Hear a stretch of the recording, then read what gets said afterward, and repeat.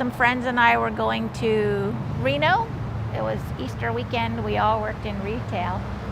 We were going to Reno so that they could gamble. I personally don't gamble, and I had never been to Lake Tahoe. I had never seen it. And so we were going there, and there was a problem with the car. The power steering shut off, and we ended up rolling several hundred feet down the side of a mountain. I have the worst injury, but several people did die. The first 2 years were pretty hard. I would say at first I was terribly upset, crying maybe every other day. And then over time it got to be like maybe every third day or every fourth day. After a couple of years, I got kind of acclimated to the situation, and I also started to feel a little bit stronger and have better caregivers. I start knowing how to choose caregivers better. Hey, there's a bra over there if you want to film that also. Hey, if you want to take this.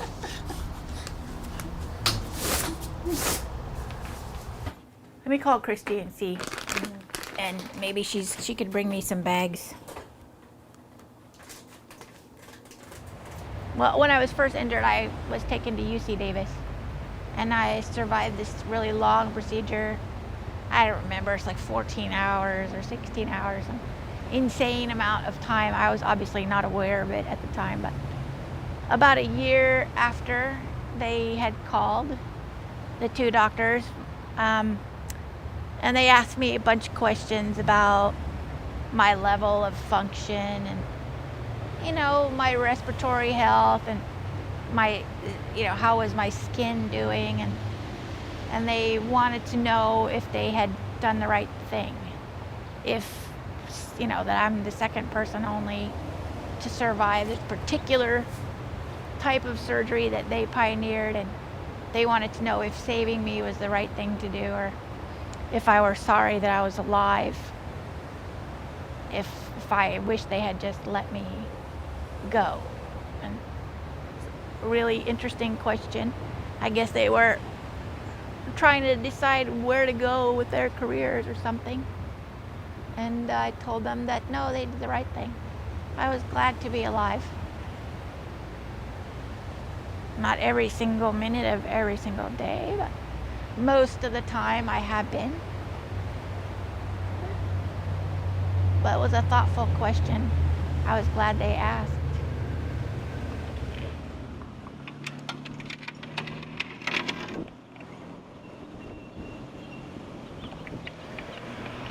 Alrighty, honey, you ready to go? Go for your walk? Come on. You bring your bone with you if you want. I'm gonna lock it back too.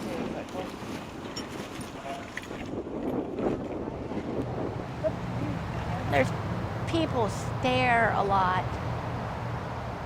I'm not always super understanding about that. Sometimes I say, you know, what the hell are you looking at?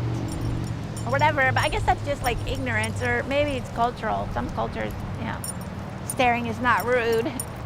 I do notice sometimes that people are freaked out, like don't want to touch me or don't want to get too close, like it's contagious or something. I used to get super offended by that. Now I kind of think it's funny.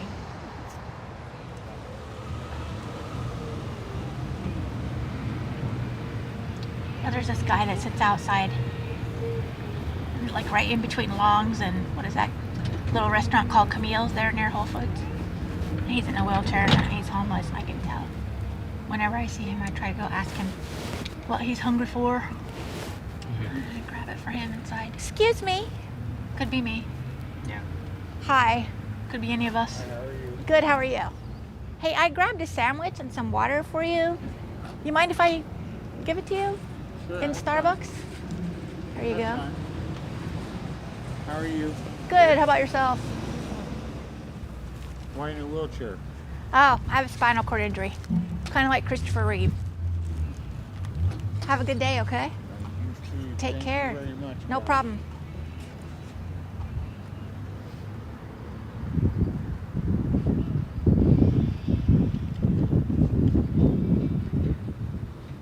my friends will tell me, you know, what's going on with them and about their problems, and then say to me after, you know, oh, but it's nothing compared to what you're dealing with. And I don't think that, you know, human beings should compare levels of suffering. I mean, like, you know, maybe you had a really shitty day at work, or maybe you're having problems with your boyfriend or your wife, or whatever the case is, and you suffer because of it.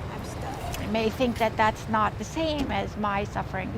My suffering is something different.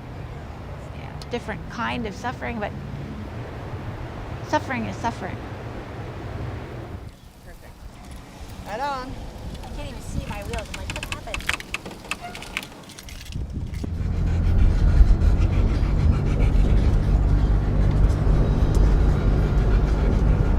Where the hell are we?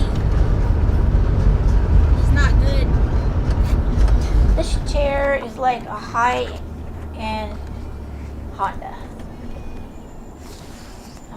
It turns, it has great maneuverability and turn. It makes really tight turns. I can get in smaller doorways and spaces and tighter angles, but my last chair was more or less like a low-end Mercedes. It was just a much better chair. The comfort, the maneuverability, well, not so much maneuverability, but the sound of it, just a better chair. If you look at the back of this chair, there's all wires and cords and stuff sort of sticking out everywhere. In my other chair, everything was encased. And this looks like a piece of unfinished engineering. Or like a hot rod with no hood. No, I would not call this chair a hot rod. I think people think all disabled people are people who sit around and their wheelchair is crooked or not fixed right, with their hair messy and like drooling on themselves, and they're like complete slobs. When people, you know, it's total misconception. When people meet me, they're all freaked out that, oh my God, I'm actually somewhat attractive. Look at my hair. I have nice hair. It's combed. And oh God, sometimes it's even curled with curling iron.